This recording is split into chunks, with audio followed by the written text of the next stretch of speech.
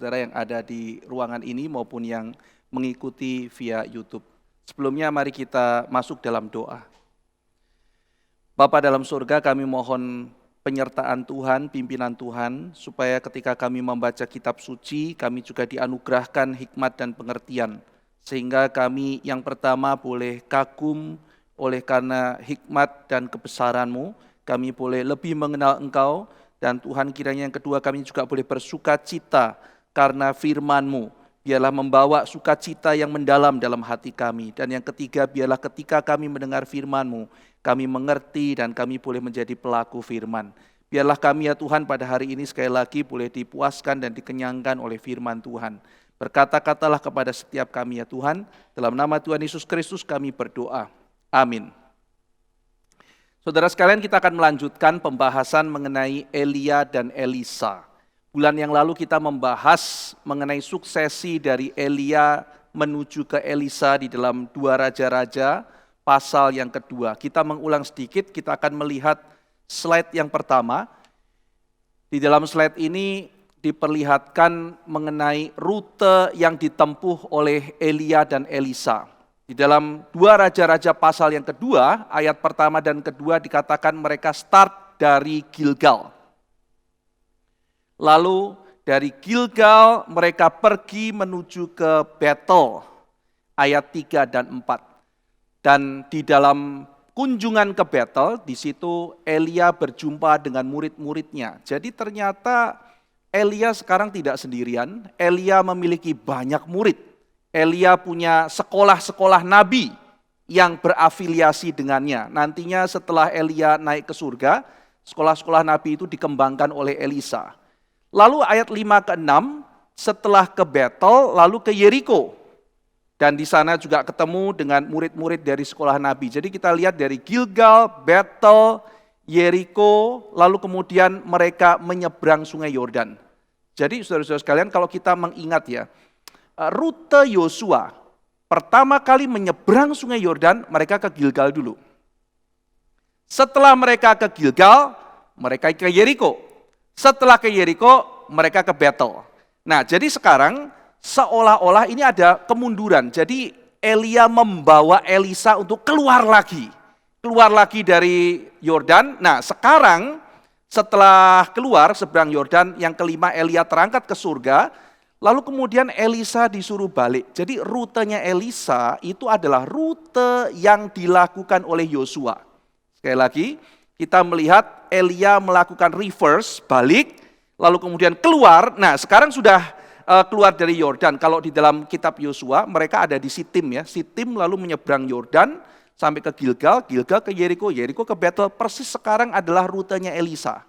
Jadi Elisa nanti setelah menyeberang Yordan, ayat ke-19 sampai 22, dia ke Yeriko, ini seperti Yosua yang berperang di Yeriko. Maka dalam bulan lalu, saya kemudian mengatakan bahwa di sini kita melihat bahwa ada kesamaan antara Elia dan Musa, kemudian Elisa dengan Yosua. Elia adalah Musa yang baru, Yosua yang baru itu adalah Elisa. Dan kita juga sudah secara panjang lebar mencoba membandingkan dan melihat kesamaannya. Nah, lalu kemudian sekarang Elisa yang menyeberang Yordan ke Yeriko, ya kan, di ayat 19 sampai 22 itu, sekarang akan melakukan penaklukan. Nah, kemudian ketika Elia membelah sungai, lalu Elisa juga membelah sungai. Seperti Yosua juga menghentikan sungai. Nah, kita melihat ada kesamaan-kesamaan itu. Baik, sekarang kita melihat peta supaya kita bisa melihat lebih jelas. Wah, petanya kecil ya, tidak bisa dilihat dengan jelas, tapi saudara bisa melihat bahwa dari Gilgal, lalu kemudian kira-kira letaknya di situ Betel, letaknya dekat-dekat situ ya, kemudian Yeriko, bukan perjalanan yang terlalu jauh, lalu kemudian menyeberang Yordan. Setelah itu kemudian menyeberang lagi, menuju ke Yeriko, lalu kemudian menuju ke Betel, lalu setelah itu Elisa dikatakan menuju ke Karmel dan ke Samaria, jadi itu kira-kira rutenya. Nah, hari ini kita akan menyisir satu persatu kota-kota yang dikunjungi, dan kita akan melihat nanti sebetulnya bagaimana kisah Elia dan Elisa ini juga bergema di tempat-tempat lain, baik menggemakan apa yang sudah lalu di zaman Yosua, Lalu kemudian juga bergema ke depan ke dalam perjanjian baru, khususnya di dalam kitab Lukas hari ini kita akan studi. Yang pertama kita akan melihat mengenai kota yang namanya Gilgal. Jadi dikatakan tadi startnya itu dari Gilgal. Gilgal tempat apa saudara? Kita akan membaca Yosua pasal 4. Yosua pasal 4 ayat 19 sampai 24. Kita akan melihat bersama-sama Yosua pasal 4 ayat 19 sampai 24. Bangsa itu telah keluar dari sungai Yordan pada tanggal 10 bulan pertama dan mereka berkemah di Gilgal di batas timur Yeriko. Jadi setelah bangsa Israel itu menyeberang Yordan, mereka tinggal di Gilgal. Lalu ke-12 batu yang diambil dari sungai Yordan itu ditegakkan oleh Yosua di Gilgal. Ingat sebelum menyeberang, Yosua mengambil batu-batu yang nanti akan dijadikan monumen. Lalu menyeberang di Gilgal dan di Gilgal itu Yosua mendirikan monumen. Nah, jadi saudara di ayat ke-20 ini kita bisa asumsikan ketika Elia dan Elisa ada di Gilgal, mereka melihat monumen itu, iya kan? Loh, jadi kalau Elia mengajak Elisa melihat monumen itu, maknanya apa? Nah, ini kan kita perlu tahu. Sekarang kita lihat ayat 21, dan berkatalah ia, yaitu Yosua kepada orang Israel, demikian. Apabila di kemudian hari anak-anakmu bertanya kepada ayahnya, apakah arti batu-batu ini? Jikalau Elisa bertanya pada Elia misalnya, apakah arti batu-batu ini? Maka haruslah kamu beritahukan kepada anak-anakmu begini, Israel telah menyeberangi sungai Yordan ini di tanah yang kering. Jadi batu mengingatkan Israel melewati sungai yang kering. Sungai itu airnya berhenti. Sebab Tuhan Allahmu, ayat 23, telah mengeringkan di depan kamu sungai air Yordan, sampai kamu dapat menyeberang seperti yang dilakukan Tuhan Allahmu dengan laut Teberau yang telah dikeringkannya di depan kita, sampai kita dapat menyeberang. Jadi saudara perhatikan ya, batu mengingatkan Tuhan menghentikan air sungai Yordan. Air sungai Yordan mengingatkan Tuhan membelah laut Teberau. Lalu apa makna semua itu? Ayat 24. Supaya semua bangsa di bumi tahu bahwa kuat tangan Tuhan dan supaya mereka selalu takut kepada Tuhan Allahmu. Batu mengingatkan sungai Yordan yang kering. Sungai yang kering mengingatkan laut Teberau yang terbelah. Dan itu semua mengingatkan tangan Tuhan yang kuat. Jadi saudara, ketika nanti Elia menyetop air, lalu mereka bisa lewat, apa artinya? Oh, Tuhan bekerja. Tuhan yang menaungi Musa, yang berkuasa sekarang ada pada Elia. Nah nanti ketika kemudian Elisa juga menyeberang dan menghentikan air itu, artinya apa saudara? Artinya Tuhan juga masih bekerja. Jadi kita melihat maknanya kenapa ada di Gilgal terlebih dahulu. Lalu kemudian kita melihat ya saudara, pada waktu di Gilgal itu Yosua lalu kemudian melakukan sunat. Itu adalah sebuah tindakan iman ya. Jadi mereka sudah menyeberang, lalu kemudian itu dekat sekali dengan Yeriko. Itu jalan kaki cuma berapa jam saudara? Cuma berapa jam saja menuju Yeriko. Maka dari Gilgal ke Yeriko itu tidak jauh ya. Gilgal, Betel, Yeriko. Nah Israel kan waktu itu dari Gilgal menuju ke Yeriko. Nah saudara-saudara sekalian, pada waktu Yosua itu menyeberang di Yosua pasal 5, setelah sampai ke seberang ke Gilgal, Yosua menyunatkan semua yang belum disunat. Bayangkan saudara. Musuh sudah ketakutan, sudah mau ngajak perang, mana ada saudara sekarang ada orang mau perang ya, lalu tiba-tiba ada seruan, kita mau perang, sekarang semuanya sunat. Gitu. Dah ada saudara. Loh kalau sunat itu kan makanan empuk, dulu belum ada senapan, belum ada apa, semua orang bertarung dengan kemampuan bertarung jarak pendek dan sebagainya, sehingga kalau perlu bisa lari gitu. Nah ini kalau sekarang malah sunat. Orang kalau sunat mungkin 2 minggu sampai 3 minggu masih luka, tidak bisa bertarung. Berarti di sini Yosua itu beriman luar biasa. Ketika sudah menyeberang, dia bisa diserang kapanpun. Sekarang sunat. Kenapa? Karena kamu belum bersunat. Kamu mau ikut perang, ini perangnya Tuhan. Tuhan mau semua orang ikut ambil bagian, ikut cara Tuhan, kamu sunat dan melakukan Paskah. Wah saudara sekalian, orang ikut Tuhan ya. Berperang dalam Tuhan, bukan cuma sekedar hebat dan kesempatan, tapi juga harus hidup kudus dan pakai cara Tuhan. Tidak ada kompromi, harus ikut cara Tuhan. Semua cara Tuhan, kekudusan Tuhan harus kamu kerjakan. Sekarang sunat, waduh ini kita mau perang. Enggak, lakukan dulu. Nah itu peristiwanya di Gilgal, saudara, peristiwa itu. Ya, kita lihat sekarang ya, Yosua pasal 4 ayat 9. Dan berfirmanlah Tuhan kepada Yosua, hari ini telah kuhapuskan celah Mesir itu daripadamu. Karena masih banyak ternyata yang tidak masuk kepada umat perjanjian, belum disunat. Maka Yosua bereskan hari itu, disunatkan.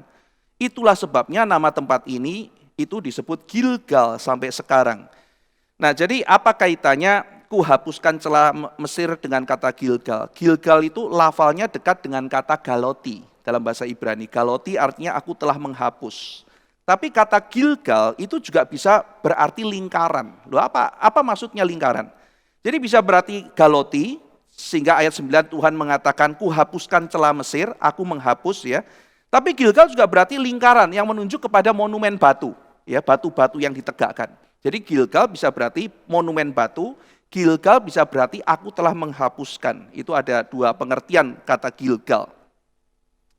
Nah jadi dari Gilgal mereka kemudian menuju ke Betel, Betel menuju ke Yeriko, Yeriko kemudian keluar, lalu keluar. Sekarang kita ikuti perjalanannya Yosua, ya. Jadi kita balik lagi dari Yosua menyeberang Yordan, lalu masuk ke Yeriko. Nah ini kan kita melihat ya, masuk ke Yeriko.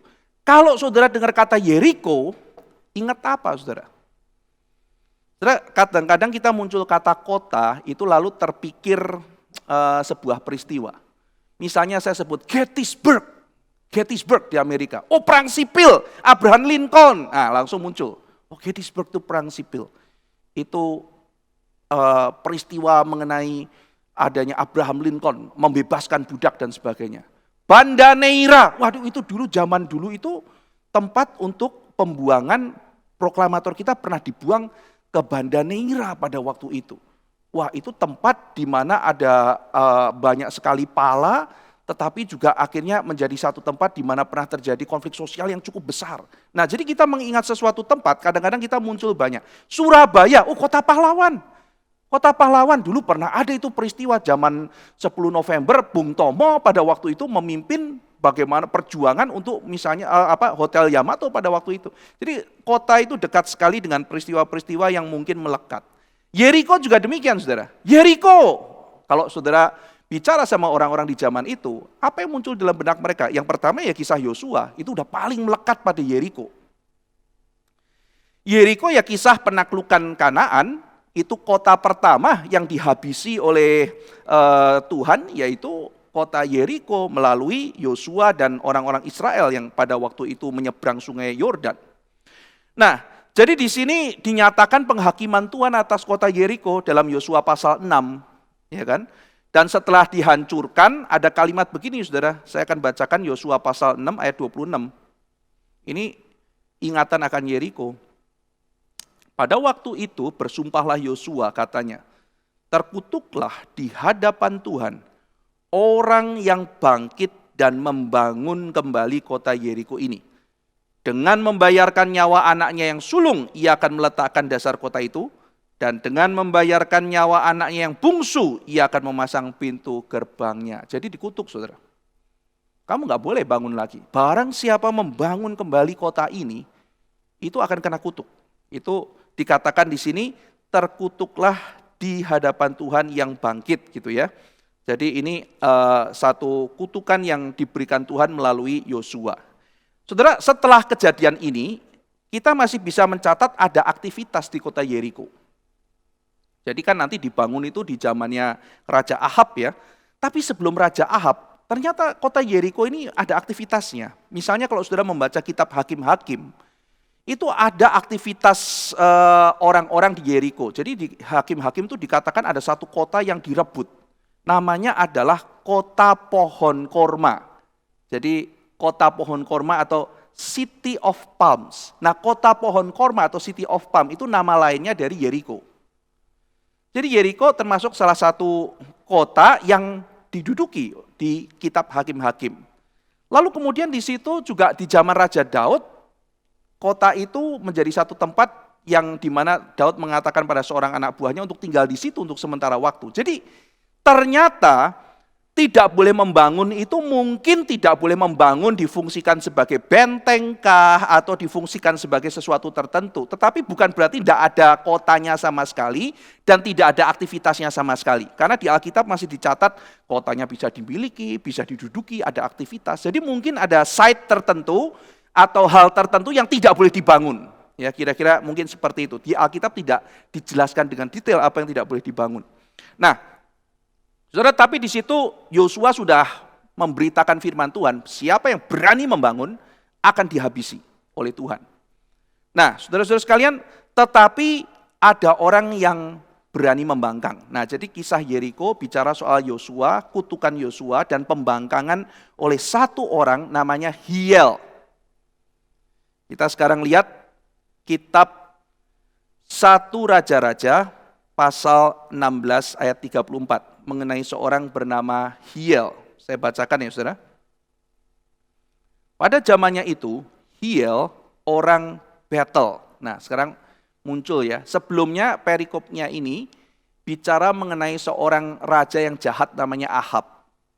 Jadi 1 Raja-Raja 16 bicara mengenai ada satu raja itu jahat, lebih jahat dari papanya jahat, dia lebih jahat. Dia membangun kuil Baal di Samaria, ibu kota saudara. Tidak ada raja sebelumnya berani terang-terangan bikin kuil berhala di ibu kota Samaria, itu kurang ajar sekali. Dan dia membuat patung untuk Asyera dan lain-lain. Tiba-tiba switch, setelah bicara mengenai Ahab, bicara mengenai Hiel. Pada zaman itu, Hiel, nah jadi kita melihat ya kaitannya ya, Ahab dikaitkan dengan Hiel, dikaitkan dengan Betel. Pada zaman itu Hiel orang Betel membangun kembali Yeriko, dikaitkan lagi. Ya. Yeriko masuk dengan membayarkan nyawa Abiram, anaknya yang sulung, ia meletakkan dasar kota itu. Dan dengan membayar nyawa Segub, anak yang bungsu, ia memasang pintu gerbangnya, sesuai dengan firman Tuhan yang diucapkannya. Firman Tuhan yang diucapkannya itu diucapkan Tuhan ya. Sesuai dengan firman Tuhan yang diucapkan oleh Tuhan dengan perantaraan Yosua bin Nun. Yosua muncul. Jadi ayat ini kait semuanya saudara ya. Antara Yosua, Ahab, Hiel, Betel, Yeriko, dan nanti masuk pelayanannya Elia dan Elisa. Ini semua nyambung. Nah, jadi Hiel itu kurang ajar, dia berani bangun. Lalu kemudian dia disandingkan dengan Ahab. Kaitannya apa saudara? Kaitannya apa antara Ahab dan Hiel? Kenapa kok Hiel tiba-tiba muncul dalam riwayat Raja Ahab? Gini saudara. Jadi Ahab itu membangun kuil Baal di Samaria. Itu melawan perintah Tuhan. Dia membuat Tuhan yang harusnya diingat menjadi tidak lagi diingat. Ingatlah akan Tuhan. Tidak mau ingat. Remember me, itu pesan Tuhan kepada Musa. Orang Israel, kalau kamu nanti masuk ke tanah Kanaan, ingat akan aku, ingat akan aku. Sekarang mereka tidak mau ingat. Mereka mendirikan kuil buat berhala, tidak mau ingat Tuhan. Lah Hiel, apa yang dilakukan? Kalau orang lihat reruntuhan itu, orang nanya, itu apa sih bangunan runtuh? Oh itu temboknya runtuh. Tembok runtuh kenapa? Itu waktu itu tuh orang lewat-lewat, toet, bruk. Udah diapa-apain cuma ditoet-toet aja runtuh. Loh kenapa gitu Itu kuasa Tuhan. Oh jadi melihat reruntuhan ingat Tuhan. Tapi Hiel bangun lagi, jadi orang lewat tidak ada apa-apa, tidak ingat apapun. Jadi apa kesamaan antara Hiel dan juga dengan Raja Ahab? Sama-sama pertama mereka membuat sesuatu untuk orang melupakan Tuhan. Hiel membangun melupakan Tuhan. Ahab membangun mengajak orang melupakan Tuhan. Dua, mereka sama-sama melawan Tuhan. Kuil berhala melawan Tuhan. Membangun Yeriko melawan Tuhan. Mereka semua sama-sama melawan Tuhan dan membuat Tuhan dilupakan. Nah, karena melawan Tuhan, kedua anak Hiel mati. Dua anak Hiel mati. Terus kan kemudian setelah itu, langsung masuk ceritanya Raja Ahab kan saudara. Dan saudara nanti tahu ceritanya apa? Semua anak Ahab mati tragis. Jadi ternyata Hiel ini, kisah Yeriko ini menjadi sebuah kisah pembuka dari sejarah perjuangan dan pelayanan Elia dan Elisa. Nanti Elia saudara dalam 1 Raja-Raja 21 mengatakan semua anakmu yang laki-laki akan mati karena ini ya, karena dibunuh dan sebagainya. Semua anak-anakmu, semua anak-anak Ahab akan mengalami ini. Ya, kalau Elia pakai kereta diangkat ke surga, Ahab mati di kereta dijilati anjing darahnya. Jadi ini tragis ya, karena engkau melawan Tuhan, karena engkau berjuang untuk menghapuskan Tuhan, menganiaya nabi-nabi Tuhan, maka Tuhan akan melawan engkau. Nah jadi saudara, di kisah mengenai Yeriko itu kisah mengenai hukuman yang melekat. Dikutuk dan kutukan itu melekat, saudara. Masih melekat. Hiel harus bayar, Ahab harus bayar, dan keturunannya. Dan sampai kisah Elisa ini. Kutukan itu masih melekat di sana, saudara. Hukuman Tuhan atas dosa-dosa manusia itu masih melekat. Kota ini akhirnya bergumul, saudara. Mari kita lihat kisah Elisa. Coba kita lihat ya kisah Elisa di Betel. 2 Raja-Raja pasal yang kedua ayat 19.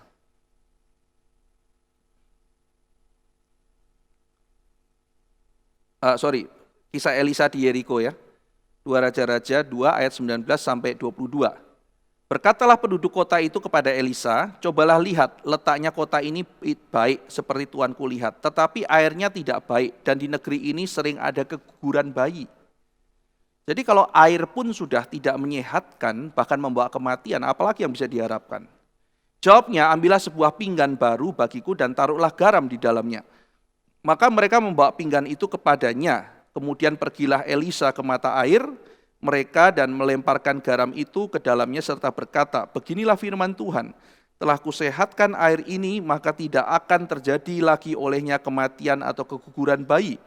Demikianlah air itu menjadi sehat sampai hari ini sesuai dengan firman yang telah disampaikan Elisa. Saudara kalau pergi ke Yeriko kan nanti ada ini ya, ada kayak kolam gitu, ditulis kolam Elisa dan sebagainya. Yang tidak tentu di tempat itu ya Elisa taburkan, tapi itu untuk mengingat bahwa Elisa pernah datang ke sana dan melakukan sesuatu. Elisa itu adalah Yosua yang baru, sebagaimana Elia adalah Musa yang baru. Dan Elisa menuju Yeriko. Dalam Yeriko ada sebuah seminari kecil, sekolah teologi kecil, di mana ada nabi-nabi yang menjadi murid dari Elia, yang sekarang diasuh oleh Elisa. Jadi kalau kita melihat saudara pelayanan Elia dan Elisa bedanya apa? Elia itu lebih spektakuler, mujizat-mujizatnya itu lebih sifatnya skalanya itu nasional. Elisa itu lebih kecil-kecil tapi banyak. Dan meskipun kecil-kecil dan banyak, tetapi ada satu ciri khas yang nanti menunjukkan keunikan dari Tuhan Yesus. Yaitu apa saudara? Mujizatnya itu ada compassion. Kalau Elia itu memang skalanya besar, yaitu seperti Tuhan yang menghardik sebuah bangsa meminta bertobat. Tapi Elisa itu lebih kepada janda. Bayangkan saudara ada orang yang pakai kapak, nanti kita akan bahas itu ya, kapak pukul, mata kapaknya masuk ke sungai. Tuhan tolong, itu kapak pinjem, gimana sekolah teologi kita gak bisa bangun. Mereka sekolah teologinya murid mulai bertambah saudara. Murid mulai banyak, mereka bingung. Tempatnya di mana? Akhirnya harus bangun. Lah bangun akhirnya nggak punya kapak, terpaksa pinjam kapak. Itu mungkin sesuatu hal yang mahal. Ya mungkin kalau zaman sekarang mungkin gereja lagi mau ada acara pinjam kamera, saudara. Pinjam kamera 200 juta, pinjam saudara. Terus tiba-tiba Tuhan ya kameranya rusak. Waduh, 200 juta gitu ya. Gimana caranya kita mau kembalikan? Dana kas gereja belum cukup. Ada berapa di kas gereja? Ada 40 juta. Waduh, utangnya 200 juta bagaimana? Itu perasaan Elisa waktu itu. Tuhan, kita mau bikin rumah kapaknya ini waktu pukul mencelat masuk ke air harus bagaimana? Mujizatnya kira-kira seperti itu. Lalu Elisa bisa membuat kapak itu mengapung di air. Jadi bisa diambil. Ya, jadi mujizat-mujizat yang kecil-kecil tetapi menunjukkan compassion, kedekatan. Lalu Elisa juga bedanya dengan Elia begini. Elisa dan Elia dua-duanya konfrontasi abis lawan raja, nggak kompromi. Pokoknya kalau sama keturunan Ahab yang jahat, lawan. Tapi bedanya begini saudara. Elia itu lawan, serang, lari. Nggak mau ketemu, nggak mau ngobrol. Ketemu sama Ahab, tuding. Nggak ada relasi sama Ahab. Lalu pergi. Tapi Elisa beda saudara. Ini cinta-cinta benci, benci-benci butuh gitu. Jadi raja tuh butuh dia. Dia itu tidak kompromi, tapi dicari sama raja. Bahkan ketika dia mau mati, ada raja yang nangis di pinggirnya. Tapi rajanya juga tidak bertobat benar gitu. Jadi ini relasi yang unik. Dia lawan, tapi dia tidak menjauhi pemerintah. Dia konfrontasi, tapi dia juga ikut berbagian sumbangsih pemikiran, strategi perang, dan sebagainya. Ada kontribusinya dalam negara. Jadi ini sesuatu yang pola pelayanan yang konsisten, tapi coraknya unik antara Elia dan Elisa. Nah, jadi ketika datang ke Yeriko, kotanya baik, tapi tadi dikatakan tidak ada buah. Keguguran di mana-mana, karena airnya problem. Orang yang minum air itu akhirnya jadi sakit, keguguran, dan sebagainya. Jadi airnya mematikan, saudara, airnya mematikan. Air itu biasanya kan menghidupkan, menyegarkan, itu air kan. Tapi ini airnya bikin mati, saudara. Nah, jadi akhirnya Elisa meminta, ayo kasih kepada saya satu pinggan baru, new jar ya, berikan juga garam. Lalu kemudian dia mentaburkan itu ke air. Jadi Elisa menggarami kota itu. Dia menggarami kota itu. Saudara. Dia bukan datang untuk menghancurkan Yeriko. Yosua yang baru sekarang mau menaklukkan Yeriko. Saya mau taklukkan Yeriko, tapi menaklukkan bukan menghancurkan. Menaklukkan dengan menggarami. Setelah digarami, airnya yang tadinya nggak ada kehidupan, sekarang bisa menghidupkan.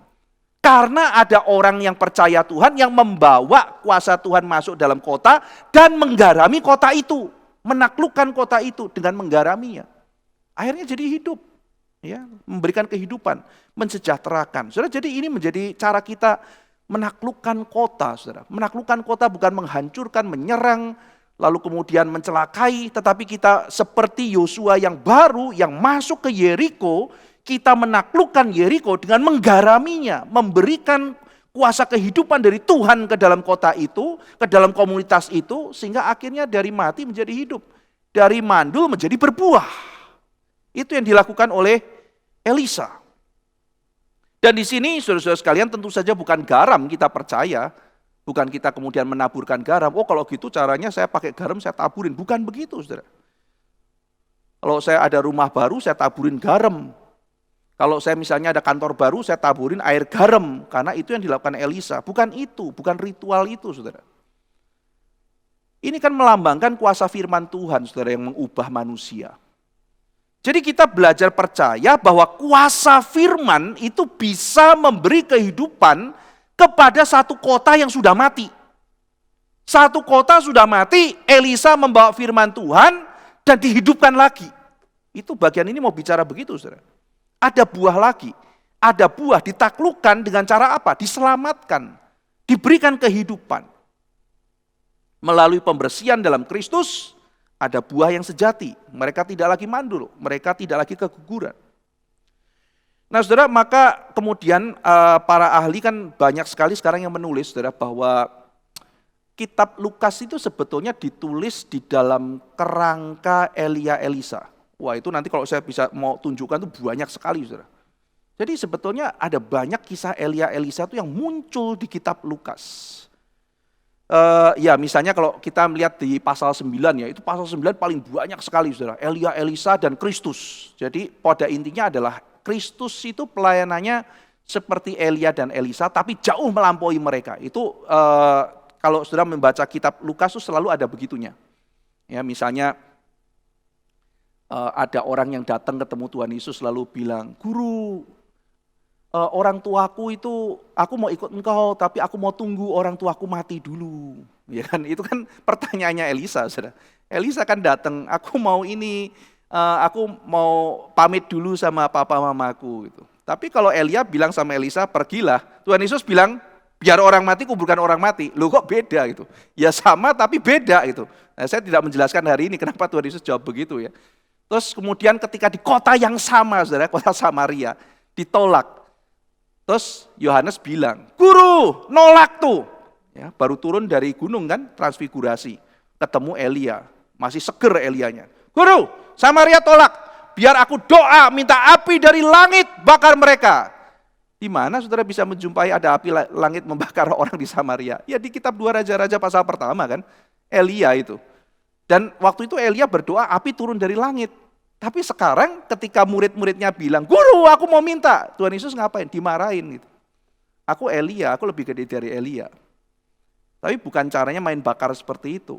Bukan mereka yang akan dibakar. Aku yang akan dibakar di atas kayu salib. Aku yang akan mati. Jadi kita melihat ya saudara, narasi Elia dan Elisa itu banyak sekali di kitab Lukas. Dan salah satu hal yang menarik adalah di bagian Lukas pasal 19 mengenai Sakyus. Mengenai Sakyus. Jadi saudara, saya akan mulai sedikit. Kalau kita membaca kitab Lukas itu, kitab mengenai Sakyus di pasal 19, itu konteks dekatnya pasal 15. Pasal 15 bicara mengenai domba yang hilang, dirham yang hilang, anak yang hilang, ya, yang Tuhan cari lalu ketemu. Konteks dekatnya itu. Ya.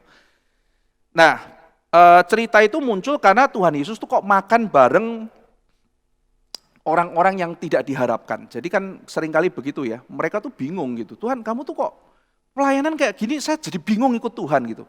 Yang saya anggap harusnya ikut, gak ikut.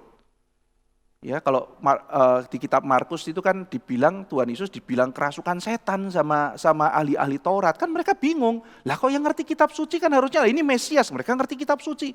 Lah kok malah Yesus disetan-setanin sama orang yang ahli agama? Sama keluarganya pun dibilang, ini benar gak ya dia ini? Jangan-jangan dia orang gila. Sama keluarganya pun begitu.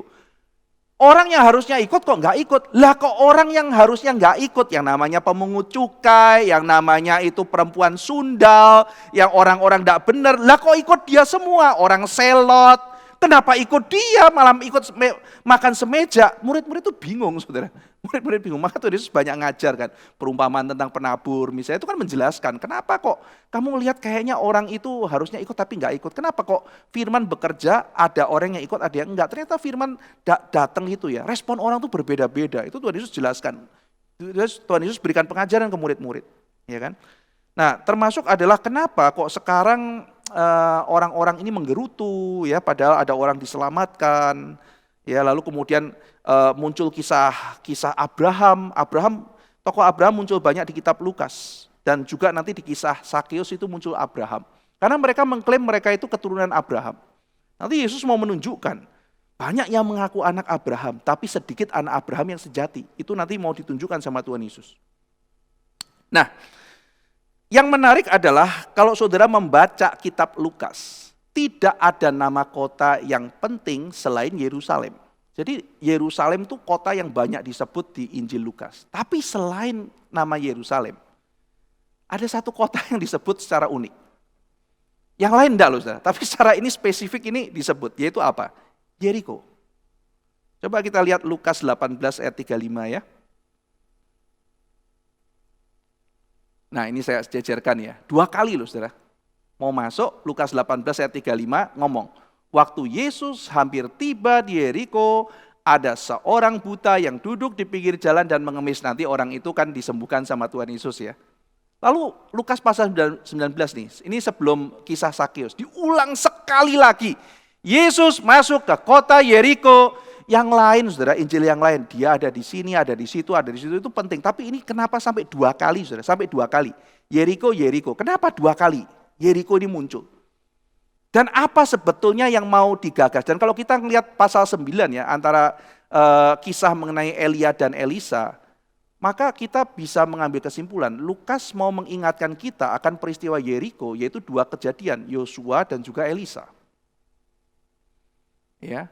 Nah, nanti kita akan lihat saudara, apakah betul ini bicara mengenai narasi Elia dan Elisa. Tapi untuk mengenai keseluruhan bahwa dalam kitab Lukas itu banyak menggunakan kerangka pemikiran cara penulisan Elia dan Elisa, itu sudah dibuktikan oleh banyak ini ya, oleh banyak ahli Perjanjian Lama dan Perjanjian Baru yang menulis tentang topik-topik itu. Saudara lihat jurnal itu banyak sekali yang tulis mengenai narasi Elia, Elisa dan juga Perjanjian Baru, khususnya kitab Lukas ya. Nah, jadi 2 kali disebut ya, Yeriko dan Yeriko. Saudara-saudara sekalian, Yeriko itu tentu saja mengingatkan akan 2 hal yang kita bahas tadi, yaitu mengenai Yosua dan mengenai kisah mengenai kisah Elisa. Jadi di sini mau dikatakan ketika Tuhan Yesus masuk ke kota Yeriko, dia melakukan seperti Elisa. Dia bukan menghancurkan Yeriko, tapi malah memanggil jiwa. Kalau Elisa menyehatkan air kota itu, nah Tuhan Yesus mau menunjukkan bagaimana dia menyucikan orang melalui kehadiran Kristus, maka orang itu akhirnya dibersihkan, dipertobatkan, dimenangkan, menjadi anak Tuhan yang sejati. Kemenangan Sakius bertobat, terima Tuhan Yesus. Di pertobatannya sungguh-sungguh, dia mau membayar apa yang dirugikan oleh dia mau tanggung. Ada pertobatan, saudara. Jadi di sini kita melihat Injil punya kuasa untuk akhirnya mematahkan kutuk. Injil punya kuasa untuk akhirnya membawa berkat. Injil punya kuasa memberikan kehidupan. Maka sebagaimana Yosua menaklukkan Yeriko, sebagaimana Elisa masuk dan memberkati Yeriko, demikian Yesus akan datang dan Yesus memulihkan Yeriko dengan pertobatan Sakius. Tapi masih ada ceritanya, saudara. Kita simpan dulu cerita mengenai Lukas ini. Ya kan? Setelah Yeriko, Tuhan Yesus akan pergi ke Yerusalem. Ya, nah nanti kita akan lihat Elisa juga setelah ke Yeriko pergi ke Betel. Di Yeriko apa yang terjadi? Dia memberkati. Di Yeriko apa yang terjadi? Menyehatkan air. Di Yeriko apa yang terjadi? Dia membuat yang tadinya mati menjadi hidup. Yang tadinya mandul menjadi berbuah. Apa yang dilakukan di Betel? Nah ini menarik, saudara. Kita nanti akan melihat juga paralelnya di dalam Injil Lukas. Apa yang dilakukan oleh Tuhan Yesus. Betel adalah tempat di mana Abraham itu pernah singgah mendirikan altar dan tenda. Jadi ini kota penting, saudara. Kota Betel, kota penting. Kota yang penuh dengan peristiwa rohani. Lalu selain Abraham mendirikan altar dan tenda, Betel juga tempat Yakub berjumpa dengan Tuhan. Jadi dia mimpi, lalu ketemu Tuhan di situ dan dia mengatakan, oh ternyata Tuhan bukan cuma ada di tempat-tempat tertentu, di padang gurun yang serem, di tempat yang aku sendirian, tapi Tuhan ada. Maka tempat ini kusebut Bait Elohim, Betel kan, rumah Tuhan artinya, rumah Tuhan. Nah, sebelum dipanggil Betel, kota ini namanya adalah Luz. Jadi nama lain kota Betel itu adalah Luz, karena ini kan kotanya orang Kanaan ya. Luz itu nama kayu apa gitu ya, saya lupa itu ya. Jadi itu nama jenis tanaman, jadi disebut kota Luz. Itu ada di Kejadian 35 ayat 6, kita baca ya. Kejadian 35 ayat 6. Lalu sampailah Yakub ke Luz yang di tanah Kanaan yaitu Betel ya. Jadi Luz itu Betel.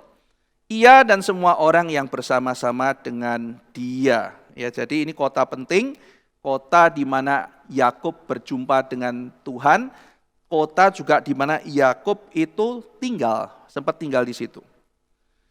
Nah, selain itu, pada waktu Israel masuk ke dalam tanah Kanaan, apa yang terjadi, saudara? Tabut perjanjian itu diletakkan di Betel. Jadi Ark of Covenant itu di Betel, lalu Pinehas itu jadi penjaganya, saudara. Wah, jadi ini kan tempat serius sekali. Ark of Covenant, tabut perjanjian di sana. Karena waktu itu kan belum dibangun kan bait suci ya. Jadi ditaruh di Betel, lalu Pinehas, cucunya dari Harun sendiri yang menjadi penjaganya. Enggak heran orang-orang dari seluruh penjuru Israel itu datang ke sana, ke Betel untuk cari petunjuk. Misalnya dalam kitab Hakim-Hakim. Coba kita baca Hakim-Hakim pasal 20, saudara. Saya bacakan ayat 18 ya, ada di slide. Lalu orang Israel berangkat dan maju ke Betel. Di sana mereka bertanya kepada Allah, siapakah dari kami yang lebih dahulu maju berperang melawan Bani Benyamin? Jawab Tuhan, suku Yehuda lah lebih dahulu. Jadi mereka pergi ke Betel, mereka tanyanya ke Betel. Ayat 27 dan 28, apakah saya masukkan ke slide? Ada juga ya. Ya, jadi di sini dikatakan, dan orang-orang Israel bertanya kepada Tuhan, pada waktu itu ada di sana tabut perjanjian Allah. Tadi saya sudah jelaskan, di situ ada Ark of Covenant, dan ayat 28, dan Pinehas bin Eleazar bin Harun, jadi cucunya Harun, menjadi imam Allah pada waktu itu. Wah, jadi kan penting sekali ya saudara kota ini ya. Ini kota yang penting, kota rohani. Kalau ingat kata Betel, ingat Yakub, ingat tabut perjanjian, ingat Pinehas, orang penting gitu ya. Jadi Betel tuh kota yang baik-baik lah. Sampai, nah ini celakanya begitu. Sampai muncul satu orang raja yang jahat namanya Yerobeam. Yerobeam. Dan Yerobeam akhirnya mendirikan penyembahan berhala di sana. Sekarang kita lihat 1 Raja-Raja 12. Saudara, ini memang banyak buka Alkitab ya, karena ini pemahaman Alkitab ya. Jadi mungkin bingung, dari tadi bukain Alkitab, capek aku Pak, buka terus. Ya karena ini kan acaranya pemahaman Alkitab gitu ya. Kalau khotbah minggu biasanya seleksi beberapa ayat tertentu. Tapi kalau pemahaman Alkitab memang kita harus membandingkan kan prinsipnya ini dan itu. Memang kita harus banyak buka Alkitab ya. Jadi kita lihat sekarang 1 Raja-Raja pasal 12 ya. Kita lihat ayat 28. Sesudah menimbang-nimbang maka raja membuat 2 anak lembu jantan dari emas. Jadi bukan cuma 1 tapi Yerobeam membuat 2 dan ia berkata kepada mereka, sudah cukup lamanya kamu pergi ke Yerusalem. Hai Israel, lihatlah sekarang Allah-Allahmu yang telah menuntun engkau keluar dari tanah Mesir. Lalu ia menaruh lembu yang satu di Betel dan yang lain ditempatkannya di Dan. Jadi Betel sekarang jadi tempat penyembahan lembu emas, saudara. Celakanya begitu. Ya. Jadi Betel itu menjadi tempat penyembahan lembu emas. Nah, Betel itu sebetulnya kota yang berdekatan dengan kota Ai. Jadi itu sebabnya kalau saudara membaca di kitab Yosua, Pak, Yeriko ada di Yosua. Betel mana Pak itu? Nah, saudara ingat ya, ada 3 kota yang berdekatan. Yang pertama Betel, yang kedua Ai, yang ketiga Bet Awen. Ini 3 kota yang dekat. Jadi Ai itu sangat dekat sekali dengan Betel, sehingga kita bisa mengasumsikan pada waktu Elisa itu menuju ke Betel, ya tentu saja di situ yang dimaksud mengingat pertempuran dengan Ai pada waktu itu ya. Nah, jadi penyembahan berhala yang dilakukan oleh Yerobeam itu berlanjut terus sampai zamannya Elisa. Nah sekarang kita lihat ya saudara, kalau kita lihat mengenai 3 kota yang tadi saya sebut, itu ada di Yosua pasal 7. Yosua pasal 7, ini ada 3 kota yang letaknya berdekatan. Saya akan bacakan ayat kedua. Yosua menyuruh orang dari Yeriko ke Ai yang letaknya dekat. Kata dekat tuh pakai kata ini ya, im yang menunjukkan tuh sangat dekat gitu ya. Jadi kota yang sangat dekat. Kota Ai yang letaknya dekat Bet Awen. Bet Awen di sebelah timur Betel. Jadi ini awalnya nih 3 kota. Awalnya 3 kota. Kota Ai, kota Betel, kota Bet Awen. Dan Bet Awen tuh namanya jelek saudara. Itu nama jelek. Bet itu kan rumah, Awen tuh wickedness, kejahatan gitu loh, kefasikan. Jadi kalau Betel itu rumah Tuhan, Bet Awen itu rumah kefasikan gitu. Ya, ini sebetulnya 3 kota yang beda, cuma deket-deketan banget gitu. Ya, jadi kita melihat di sini Bet Awen sebelah timur Betel. Berarti di sini ada 3 kota, Ai, Betel, Bet Awen yang berdekatan. Nah tapi saudara dalam perkembangannya ada nabi khususnya Hosea, nanti Amos dan Hosea. Hosea itu menyerang atau menubuatkan atau dia menghardik Betel dan menyebut dia Bet Awen. Jadi Bet Awen itu sebetulnya nama kota yang lain tapi itu menjadi gelar yang ditujukan kepada Betel. Jadi engkau tuh harusnya Betel rumah Allah, tapi kamu menjadi Bet Awen. Harusnya kamu tuh rumah Tuhan, kok sekarang jadi rumah fasik? Ada perubahan narasi itu dalam kitab Hosea. Ironi, saudara, sedih sekali. Kamu tuh harusnya gede, indah, megah. Zamannya Abraham, zamannya Yakub, zamannya hakim-hakim, di mana di sini ada tempat yang begitu indah. Allah dimuliakan di rumahnya Tuhan. Kok sekarang jadi rumah kefasikan? Apa yang terjadi di sini? Ya, nanti kita lihat, ya kan? Yerusalem itu kan harusnya jadi Betel kan? Jadi rumah Tuhan, ada bait Allah. Kenapa jadi rumah kefasikan?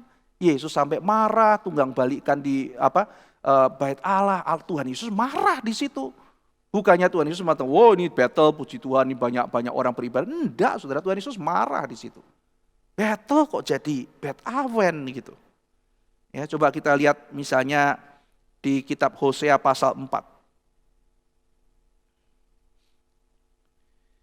Ya, Hosea pasal 4, kita lihat ayat 15. Jika engkau ini berzina, hai Israel, janganlah Yehuda turut bersalah. Janganlah pergi ke Gilgal, janganlah naik ke Bet Awen, dan janganlah bersumpah demi Tuhan yang hidup. Jadi di sini dia menyebut nama kota-kota yang menjadi milik Benyamin. Kan sudah masih ingat ya, ada pembagian kota. Nanti ada Gilgal, ada Rapa, ada apa itu Rama dan sebagainya, itu kota-kota Benyamin. Termasuk harusnya adalah Betel. Tapi nama Betel tidak muncul. Yang muncul adalah Bet Awen. Ya, lalu kemudian Hosea pasal 10 ayat 5, ini lebih jelas lagi. Penduduk Samaria gentar mengenai anak lembu Bet Awen. Kan anak lembunya itu ada di Betel kan? Ya. Anak lembu Bet Awen. Sungguh rakyatnya akan berkabung oleh karenanya dan imam-imamnya akan meratap oleh karenanya, oleh sebab kemuliaannya telah beralih daripadanya. Jadi di sini Hosea menyebut Betel menjadi Bet Awen. Sebetulnya itu kota yang dekat itu, tapi menjadi julukan buat Betel yang sudah berubah. Sekarang jadi penyembah berhala. Ya. Nah, jadi kalau kita melihat saudara ya, ini latar belakangnya Betel di zamannya Elisa. Jadi ini menjadi kota wickedness, ini menjadi kota yang penyembahan berhala. Ada lembu emas di sana, ada penyembahan berhala di sana.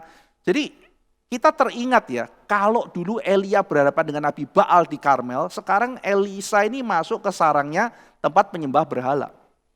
Nah, tadi di Yeriko, Elisa menunjukkan kuasa firman Tuhan mentransformasi, kuasa firman Tuhan menggarami, kuasa firman Tuhan menghidupkan. Sekarang masuk ke Betel, dia menunjukkan sisi lain dari kuasa firman Tuhan. Yaitu apa saudara? Kuasa firman Tuhan untuk menghukum dan menghakimi mereka yang menolak.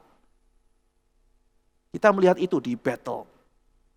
Coba kita lihat dulu teksnya saudara ya. Dari 2 Raja-Raja pasal yang kedua ayat 23 sampai 25. Saya akan bacakan buat saudara ya. Elisa pergi ke sana ke Betel dan sedang ia mendaki, maka keluarlah anak-anak dari kota itu lalu mencemoohkan dia serta berseru kepadanya, naiklah botak, naiklah botak. Lalu berparinglah ia ke belakang dan ketika ia melihat mereka, dikutuknyalah mereka demi nama Tuhan. Maka keluarlah 2 ekor beruang dari hutan, lalu mencabik-cabik dari mereka 42 orang anak. Dari sana pergilah ia ke Gunung Karmel dan dari sana pula kembalilah ia ke Samaria. Nah ini kisah mengenai Elisa di Betel. Di Yeriko tadi menghidupkan, lalu yang ada di Betel ini Elisa menunjukkan penghakiman. Nah kita coba teliti detail ya satu persatu. Nah jadi di sini dikatakan maka keluarlah anak-anak dari kota itu. Jadi beberapa versi menerjemahkan saudara, kata anak-anak itu adalah little children. Little children. New King James Version, ESV itu ada indikasi menafsirkan ini little children. Enggak salah sih. Kata yang dipakai kan nearim ketanim. Ya. Nearim ketanim berarti anak-anak ya, nearim ketanim. Itu bisa little children. Waduh, kita bayangin ya, ada anak-anak kecil terus teriak-teriak, naik botak, naik botak, naik botak. Terus Elisa kutuk, lalu kemudian muncul beruang, cabik-cabik anak-anak. Itu interpretasi yang pertama. Yang kedua, saudara, kata nearim itu memang bisa diterjemahkan anak kecil. Tapi kenapa ada Alkitab terjemahan yang lain yang menerjemahkannya younglets? Jadi lebih ke youth ya, lebih ke remaja, lebih ke pemuda. Bukan anak-anak, bukan little children, tapi remaja dan pemuda. Ya, kita bisa lebih bayangkan satu bayangan yang beda ya saudara, anak-anak nakal dengan anak-anak geng gitu ya, pemuda atau remaja yang buadung yang nakal begitu. Jadi ini ada sudah tafsirannya udah beda gitu. Kenapa kok Elisa sampai begitu ya? Nah, jadi sekarang kita analisis dulu kata nearim. Kenapa ada yang terjemahkan anak-anak, kenapa yang ada terjemahkan orang remaja atau pemuda? Sebetulnya bisa dipakai dua-dua. Nah, kita lihat sekarang ya. Dalam Kejadian 14 ayat 24, ini pakai kata nearim, kata yang dipakai kata anak-anak juga ya. Kita lihat Kejadian 14 ayat 24. Kalau aku, jangan sekali-kali hanya apa yang telah dimakan oleh bujang-bujang ini, kata bujang-bujang itu pakai kata nearim, saudara. Bujang-bujang ini dan juga bagian orang-orang yang pergi bersama-sama dengan aku, biarlah mereka mengambil bagiannya masing-masing. Jadi kata anak-anak tuh kayak gini, saudara. Saya misalnya pergi sama sekelompok orang dewasa yang bisa pergi perang. Konsumsinya anak-anak sudah belum? Ya bukan anak-anak kecil, saudara. Anak-anak itu maksudnya teman-teman yang ikut berjuang sama-sama ya. Anak-anak udah makan belum gitu? Bukan anak-anak gitu. Saya kalau pergi sama anak-anak SMA kan juga kadang-kadang, anak-anak bapak mau, bukan anak, itu anak remaja gitu. Tapi bujang-bujang itu disebut juga anak-anak. Mereka bujang-bujang itu udah bisa ikut perang loh, saudara.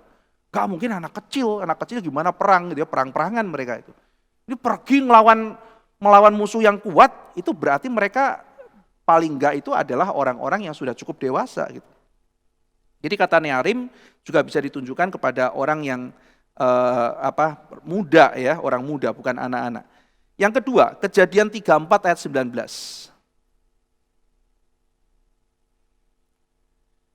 Dan orang muda itu, ini menunjuk kepada seorang laki-laki yang bermaksud melamar anak Yakub ya. Dan orang muda itu, si Sikem ya, tidak bertangguh melakukannya sebab ia suka kepada anak Yakub.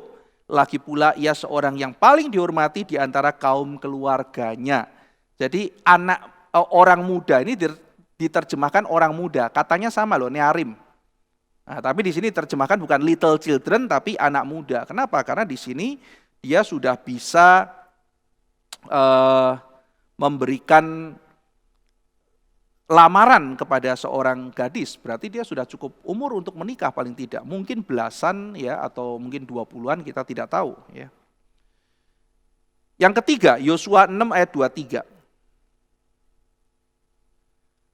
Nah, ini udah lebih jelas lagi. Masuklah kedua pengintai muda. Pengintai muda ini pakai nearim juga. Ya, pengintai muda, mata-mata yang masuk ke rumah Rahab. Ini nggak mungkin anak-anak, saudara. Anak-anak nggak mungkin jadi pengintai gitu. Ya, jadi anak muda ini di sini. Nah, ini kata nearim ya. Lalu kemudian kita ngelihat kata ketanimnya, ketanim ya, adjektif ini ya, ketanim. Nah, kalau ketanim muncul di mana? Yang pertama kita lihat misalnya Kejadian 37 ayat 30. Ini juga artinya bukan anak-anak. Kejadian 37 ayat 30. Dan kembalilah ia kepada saudara-saudaranya, katanya, anak itu, Yusuf ya, anak itu tidak ada lagi, kemanakah aku ini? Ya Yusuf dikatakan umurnya 17, itu ada di Alkitab, umurnya Yusuf 17. Jadi Ketanim menunjuk seorang remaja umur 17 tahun. Yang kedua, 1 Raja-Raja 12 ayat 10 sampai 14.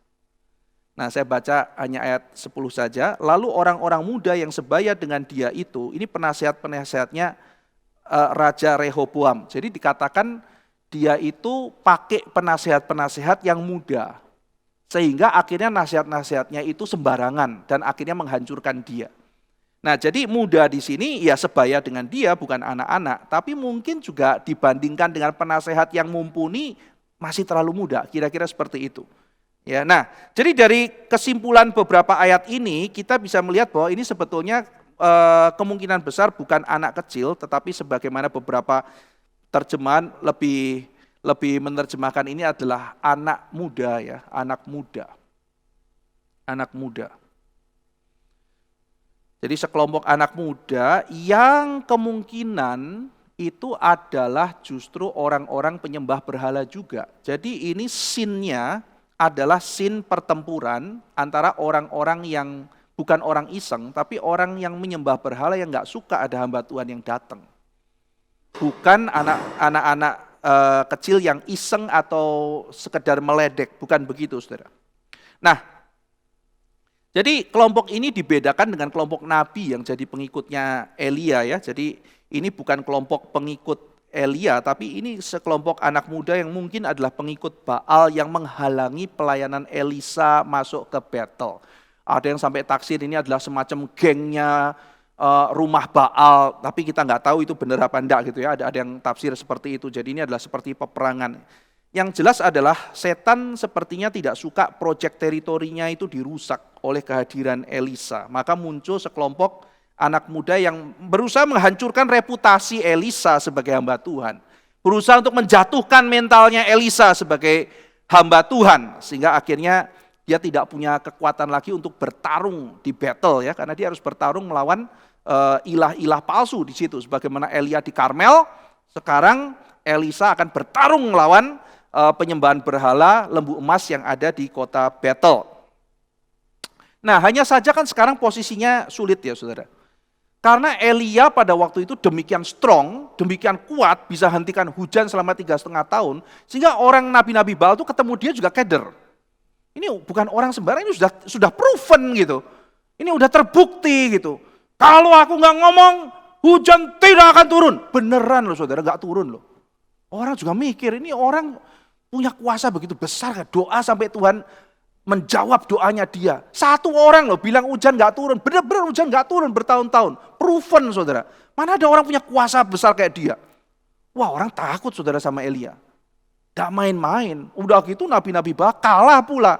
Sudah kalah saudara-saudara sekalian turun dari situ. Udah Elia merajalela, belum kalau raja mau tangkap api turun dari langit. Siapa berani pegang dia saudara? Wah zaman itu ya penyembah berhala itu ketakutan luar biasa. Makanya gak heran saudara ya. Meskipun ditangkepin, dibunuhin. Di zaman Elia banyak sekolah nabi. Kenapa? Berarti gak berani touch. Penyembah berhala gak berani touch dia. Raja juga gak berani touch. Kenapa? Karena sekarang Elia juga sudah terbukti punya kuasa demikian besar. Nah Elianya pergi saudara. Elianya pergi terus lihat, jubahnya Elia. Tapi orangnya botak. Ya kan? Bisa apa dia? Dulu Elia yang hina nabi-nabi Baal kan. Panggil yang kencang, panggil yang kencang. Lagi di WC, itu kan ada nuansa begitu ya. Di dalam bahasa Ibrani itu meledek lagi ke WC atau gimana. Itu pergi. Ilahmu tuh lagi ke WC mungkin ya, gak dengar doa kamu. Diledek sama Elia begitu kan. Jadi Elia yang meledek. Sekarang saudara, Elisa yang diledek. Nabi baru, naik botak, diledek. Wah saudara ini satu scene yang sangat menentukan decisif ya. Pelayanan-pelayanan selanjutnya. Di situ di Betel ada sekolah teologi juga. Mereka melihat ini penerusnya Elia. Ini adalah orang yang harusnya diberikan mandat oleh Tuhan, kuasa oleh Tuhan. Dan sekarang sedang bertarung kenceng antara setan ya kan yang diwakili oleh sekelompok anak yang ngomong kalimat-kalimat yang demikian jahat dan provokatif ngelawan sama si Elisa. Apakah Elisa bisa menang lawan peperangan ini ya kan? Nah, jadi mereka pikir ya dengan Elia pergi kelompok ini sudah powerless, sebentar lagi kita habisin dia. Nah, saudara, Elisa itu sendiri kan belum tua gitu. Tadi kita sudah melihat anak itu juga nggak terlalu muda ya, jadi bukan anak kecil gitu, tapi mungkin anak muda. Tapi Elisa juga bukan tua loh saudara. Elisa kenapa botak? Bukan karena dia tua. Ingat saudara, pada waktu Elisa ditemuin oleh Elia itu umurnya juga masih muda. Gitu. Jadi kemungkinan para ahli perjanjian lama merasa ini Elisa kira-kira antara 20-30 tahun umurnya. Ya mungkin 25 gitu atau berapa ya, antara 20-30 tahun, masih muda. 25 tahun atau 30 tahun kita nggak tahu gitu.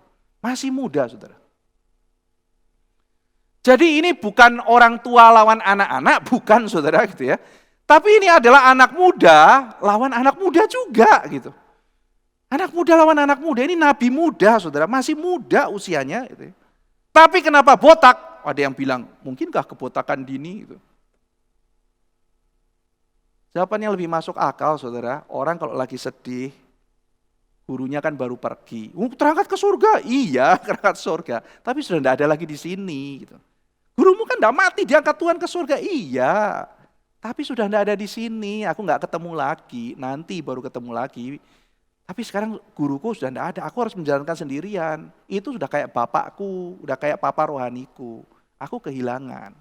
maka dia cukur rambutnya. Itu alasan yang lebih masuk akal. Karena saudara lihat ya, Ayub pada waktu sedih dia mencukur rambutnya. Orang dalam kesedihan mencukur rambutnya. Jadi botaknya Elisa ya kemungkinan adalah karena Elisa sedang bercukur menunjukkan kesedihan baru ditinggal oleh gurunya. Nah, jadi kita melihat ya penghinaan-penghinaan yang ditujukan oleh kaum penghina itu ya, baik naiklah dan botak, itu tidak semata-mata pengejekan fisik, saudara. Tapi itu adalah menyerang pelayanan dan firman yang disampaikan oleh Elia dan Elisa. Maka kenapa Elisa marah, itu bukan personally, saya dihina, saya marah, bukan begitu, saudara. Lalu kemudian jadi, awas ya, jangan hina saya ya, awas saya ini, kalau ada orang berani hina saya berdoa, beruang terkam kamu. Bukan begitu, saudara. Ini peperangan rohani ini. Ini pekerjaan Tuhan sedang mau dipermainkan oleh setan gitu. Dan ini bukan personally ngeledek Elisa gitu ya. Terus jadi orang jadi, pokoknya kalau menghina fisik saya, maka saya doakan kamu, saya diterkam beruang. Bukan begitu gitu ya. Mungkin kalau Elisa diajak fisik, dia no problem gitu ya. Buat apa yang fisik diejek? Ya sudahlah, bebas-bebas aja orang mau komentarin apa gitu. Tapi yang problem sekarang ini adalah pesan dari Elisa yang demikian penting ini saudara sedang dipermainkan. Kita lihat sedikit ya, beberapa kemungkinan, ada banyak pengertian ya, naik dan botak itu ngecek seperti apa. Kenapa Elisa sampai marah gitu ya. Kita lihat 2 Raja-Raja 1 ayat 8. Kita lihat deskripsi mengenai Elia. 2 Raja-Raja pasal pertama ayat 8. Saya bacakan. Jawab mereka kepadanya, seorang yang memakai pakaian bulu dan ikat pinggang kulit terikat pada pinggangnya. Maka berkatalah ia, itu Elia orang Tisbe. Jadi ada orang yang memberikan deskripsi tentang Elia. Elia adalah seorang yang memakai pakaian bulu dan ikat pinggang kulit terikat pada pinggangnya. Nah saudara, saya bacakan terjemahan yang lebih literal ya. Terjemahan dari NASB. Nah, jadi literal tuh kalau kita menerjemahkan kan biasa kita menerjemahkan supaya bisa dipahami gitu ya. Nah tapi NASB itu biasanya lebih literal, lebih letterlek ngomong apa gitu ya. Itu lebih ditulis. Menjadi begini saudara, literalnya ya. They answered him. He was a hairy man. Elia itu orang berbulu, ya. NASB itu coba kan. Ya, jadi dia adalah seorang yang berbulu. Terjemahan lain, Lord of Hair. Jadi Elia itu orang banyak bulu gitu. Orang banyak rambut. Ya.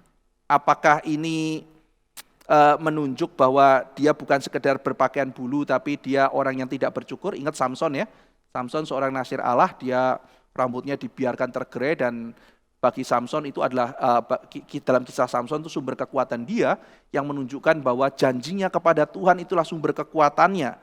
Jadi hamba Tuhan yang tanda kutip berbulu, nasir Allah yang berbulu adalah nasir Allah yang berkuasa, nasir Allah yang penuh dengan kekuatan. Simpson tanpa rambut, tanpa bulu, tidak ada kuasa. Dan sekarang, hei orang botak, apakah mungkin menunjuk kepada ini? Maksudnya apa? Kamu nggak punya kuasa. Orang botak, kamu nggak punya kuasa. Dia mengecek, pelayananmu mandul. Ya, kamu sudah kehilangan kuasa itu. Kamu sudah kehilangan kepala atau ros kepala ya. Kamu sudah kehilangan kepalamu. Mungkinkah dia mengejek itu? Kamu sudah kehilangan kepala, kamu sudah kehilangan ros, rambut di kepala yang menunjukkan kepada pimpinan. Gurumu sudah pergi, kuasanya pergi. Kamu bisa apa? Kamu bisa punya kekuatan seperti dia, kamu bisa memimpin, bisa berhadapan dengan Nabi Baal. Naik, naik. Maksudnya apa? Pergilah kayak gurumu. Naik, naik, naik sana, naik. Naik botak, naik. Bukan naik ke sini, naik, naik.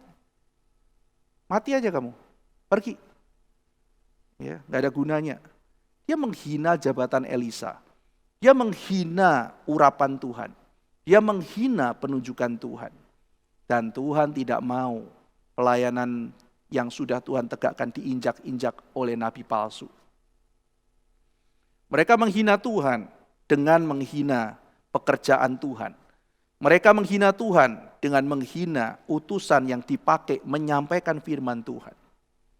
Maka ketika itu terjadi, lalu kemudian dia mau menghancurkan, mengecilkan hati sang pemberita firman, maka Elisa mengkutuk mereka. Jadi ada saatnya seorang hamba Tuhan itu menunjukkan betapa seriusnya firman Tuhan, betapa seriusnya pekerjaan Tuhan, tidak bisa dipermainkan oleh manusia. Ya, pada waktu kasus Ananias dan Safira, Petrus juga tegas. Ananias, Safira, kamu bukan sedang menipu manusia, kamu menipu Roh Kudus. Blok, langsung mati. Tegas, saudara. Menyatakan kebenaran, menyatakan firman Tuhan. Sekarang Elisa tegas. Tidak bisa kamu permainkan firman Tuhan seperti itu. Lalu kemudian dia mengkutuk dan tiba-tiba muncul beruang, saudara. Menerkam mereka. Mati enggak ditulis ya. Mati apa enggak ditulis. Ya, beruang itu menyerang 42 orang tersebut. Ya. Nah, jadi kita melihat bahwa di kota Betel ini Elisa mendatangkan penghakiman. Jadi kita lihat ya, Elisa membawa berkat bagi Yeriko, membawa penghakiman bagi kota lain. Kita lihat dua sisi pekerjaan dari firman Tuhan.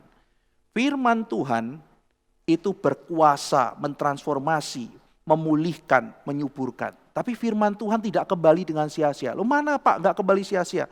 Dikhotbahkan orang enggak mau dengar, orang menghina. Iya, kenapa? Karena itu akan menjadi penghakiman bagi dia. Ketika firman Tuhan sudah ditaburkan, tetapi orang itu melawan firman Tuhan, kurang ajar terhadap firman Tuhan, maka firman Tuhan tetap bekerja. Bekerja sebagai apa? Sebagai sarana penghakiman bagi orang tersebut. Bahwa dia akan dihakimi, dia sudah mendengar firman Tuhan.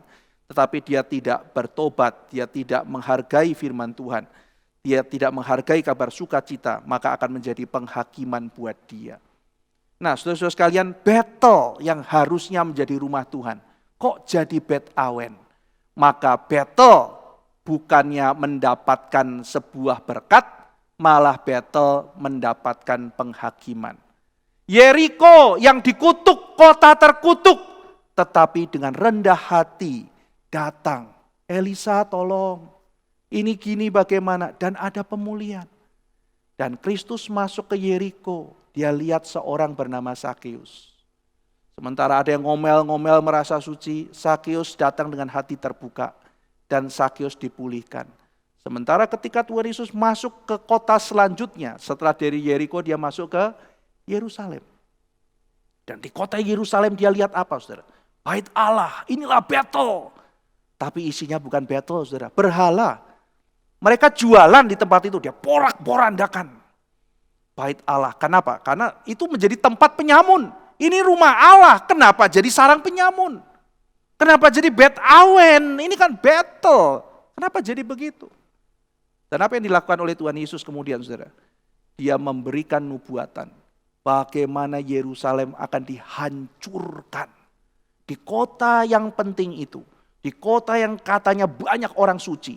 Di kota yang katanya itu rumah Allah. Di situ Tuhan Yesus menjatuhkan penghakiman. Nanti tidak ada batu berdiri di atas batu. Nanti penghakiman Allah akan tiba. Bait suci ini akan dihancurkan. Pola siapa ini, saudara? Pola Elisa. Yeriko, lalu kemudian Betel. Yerusalem. Yeriko, kemudian Betel, seperti polanya Elisa. Demikian saudara-saudara sekalian, kita pada hari ini diingatkan sekali lagi firman Tuhan. Biar kita menjadi orang yang taat, rendah hati di hadapan firman. Kita terbuka terhadap firman. Kita juga tidak putus asa. Firman Tuhan punya kuasa mentransformasi. Tapi ketika kita menjalankan firman Tuhan, kita memberitakan firman Tuhan, orang tidak mau, menghina, menolak. Kita tahu Tuhan, firman-Mu punya kuasa seperti dua sisi. Bisa memberikan anugerah, tetapi juga bisa membawa penghakiman. Saya serahkan semuanya ke tangan Tuhan. Saya sebagai pemberita firman Tuhan tetap teguh, tetap percaya akan kuasa firman Tuhan yang berkuasa untuk mentransformasi atau bisa membawa penghakiman. Biarlah saudara-saudara sekalian, sebagaimana firman Tuhan berkuasa bahkan membalikkan kutuk, memberikan buah, kita juga tidak berputus asa. Kita terus menyatakan firman Tuhan. Karena mereka yang tadinya kita tidak sangka, saudara, yang tidak disangka akan bertobat. Yeriko, kota terkutuk, bisa bertobat, saudara. Jangan putus asa, saudara-saudara sekalian. Ingat perumpamaan penabur. Ada yang ditabur di sini, ada yang tabur di sini, ada yang tabur di sini. Tuhan Yesus mau katakan apa? Hei, tidak setiap firman yang kamu tabur pasti berbuah. Tidak setiap. Jadi kalau saudara sudah tabur firman, kok belum ada hasilnya, jangan putus asa. Lah kalau sudah ditabur, jadi malah jahat, jangan putus asa. Mungkin benihnya jatuh di mana? Di jalan, diambil burung. Mungkin jatuh ke tempat kemudian tanahnya penuh batu, atau tempat mulai tumbuh sedikit dijerat sama tumbuhan-tumbuhan berduri, akhirnya mati. Tapi ada kok nanti yang jatuh ke tanah subur berbuah. Jadi kalau saudara lihat orang ini kok kayaknya nggak bisa bertobat kali, sudah bisa kadang-kadang bisa kaget, lu kok dia jadi baik gitu. Saudara sering kan misalnya lihat ya orang mau menikah, pasangannya meragukan gitu. Ini bertobat bener nggak ya? Atau cuma sekedar karena mau nikah dia lihat-lihat jadi Kristen. Kadang-kadang curiga, ini bener nggak gitu. Begitu sudah menikah saudara, yang bertumbuh yang mana? Yang tadi kita curiga itu. Yang bawa malah kadang-kadang malas-malasan, yang itu malah bertumbuh, kejar bener-bener cari firman Tuhan. Bisa terjadi. Kita sering surprise kok. Nggak masuk hitungan, malah bertobat sungguh-sungguh. Yang kelihatan di prospek, wah ini bakal jadi calon penatua, malah pergi. Mari kita tidak putus asa, saudara sekalian. Firman Tuhan bisa membalikkan kutuk. Yeriko tuh udah terkutuk, tiba-tiba bisa jadi benar. Ya. Kita jangan putus asa dan jangan waktu memberitakan Injil lihat-lihat, ini mah bakal calon binasa. Jangan gitu dulu, saudara. Maka seperti murid-murid, ini kan pemungut cukai harusnya binasa kan. Ini kan harusnya dibuang kan. Ini kan perempuan-perempuan tidak benar, harusnya tidak ada hitungan di sini kan. Kenapa mereka malah yang datang di dekat Tuhan Yesus? Justru mereka yang dipanggil. Lah ini pemuka-pemuka agama ini kan harusnya di sini, kenapa enggak? Betel loh saudara, rumah Allah bisa berbeda jauh. Tuhan Yesus di Yerusalem, di Yeriko malah dia panggil orang, di Yerusalem dia kutuk saudara. Kutuk. Jangan kaget saudara, kalau melihat orang yang kita anggap sebetulnya kelihatan pantas ini dan itu. Tapi akhirnya meninggalkan Tuhan. Jangan terlalu terkejut saudara. Serahkan semuanya dengan hati lapang ke dalam kedaulatan tangan Tuhan. Tapi juga kita tidak boleh putus asa dalam menabur firman. Tidak boleh putus asa. Ya, yang mungkin kelihatan tidak berhasil, seringkali mungkin berhasil. Mari kita belajar percaya kepada kuasa Tuhan yang menyertai firman-Nya, bukan kemampuan kita di dalam memberitakan. Mari kita berdoa. Bapa dalam surga, kami telah membahas mengenai Elia, mengenai Yosua, mengenai Sakeus, mengenai Yeriko, mengenai Betel, mengenai berbagai tema yang ada dalam kitab Raja-Raja yang demikian limpah, memberikan kami konteks memahami perjanjian baru. Tuhan, tolong kami untuk melihat keajaiban dan kuasa firman-Mu yang demikian dahsyat. Firman-Mu mentransformasi, memberkati, tetapi juga menyatakan penghakiman bagi mereka yang tidak taat kepada firman, yang menghina, yang melecehkan. Tuhan tolong kami diberikan kekuatan lebih lagi untuk hidup dalam firman, dan kami diberikan kekuatan untuk memberitakan firman. Mungkin ada orang-orang yang kami anggap seperti orang Yeriko, orang-orang terkutuk, yang tidak mungkin kembali, tetapi justru mungkin ya Tuhan, mereka akan kembali kepada Tuhan waktu kami memberitakan firman. Tapi mungkin ada orang-orang yang kelihatan begitu dekat dengan Tuhan, tapi justru mereka sebetulnya adalah orang-orang yang sedang menantikan penghakiman Tuhan. Tuhan tolong kami memberitakan firman tidak melihat muka, tidak melihat latar belakang, tetapi kami dengan sungguh-sungguh menyerahkan hasil ke tangan Tuhan. Beri kami kekuatan, kesetiaan, bijaksana di dalam menaburkan firman-Mu. Dalam nama Tuhan Yesus Kristus kami berdoa. Amin. Saudara sekalian, kita akan memuji Tuhan dan kita akan memberikan persembahan. Kita akan menyanyi lagu Tuntun Aku Tuhan Allah.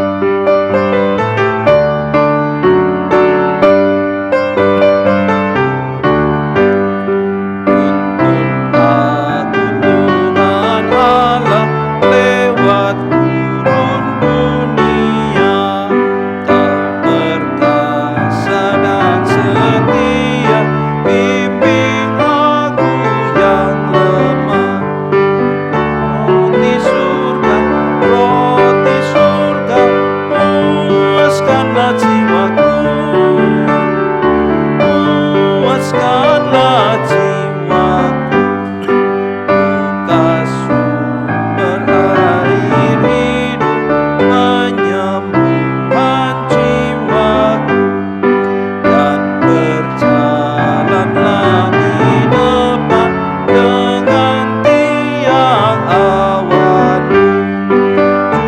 Juru selamat, Kau perisai hidupku, Kau perisai hidupku. Pada tepi sungai Yordan, hapuskanlah takutku. Ya penebas kuasa maut, tuntun aku sertamu. Pujianku bagimu selamanya, bagimu selamanya. Mari kita masuk dalam doa. Bapa, terima kasih karena kami boleh berbagian untuk memberi. Kami berdoa kiranya Tuhan terus boleh melatih kami untuk tidak hidup berpusat pada diri sendiri, tetapi juga boleh memperhatikan rumah Tuhan, pekerjaan Tuhan, pengabaran Injil, pelayanan diakonia, dan juga hal-hal lain yang perlu dikembangkan. Beri kami juga hati untuk memperhatikan orang-orang yang ada di sekitar kami yang membutuhkan pertolongan, yang membutuhkan uluran tangan kami. Karena apa yang Tuhan sudah percayakan, boleh kami pertanggungjawabkan di hadapan Tuhan. Kami juga mohon supaya Tuhan juga melatih kami untuk terus memberikan diri kami, hidup kami, waktu kami untuk boleh dipersembahkan kepada Tuhan. Terima kasih ya Tuhan, dan biarlah melalui PA kami terus-menerus boleh lebih mencintai firman Tuhan, makin menghargai firman Tuhan, makin kagum akan keindahan firman-Mu. Terima kasih ya Tuhan, dalam nama Tuhan Yesus kami berdoa. Amin.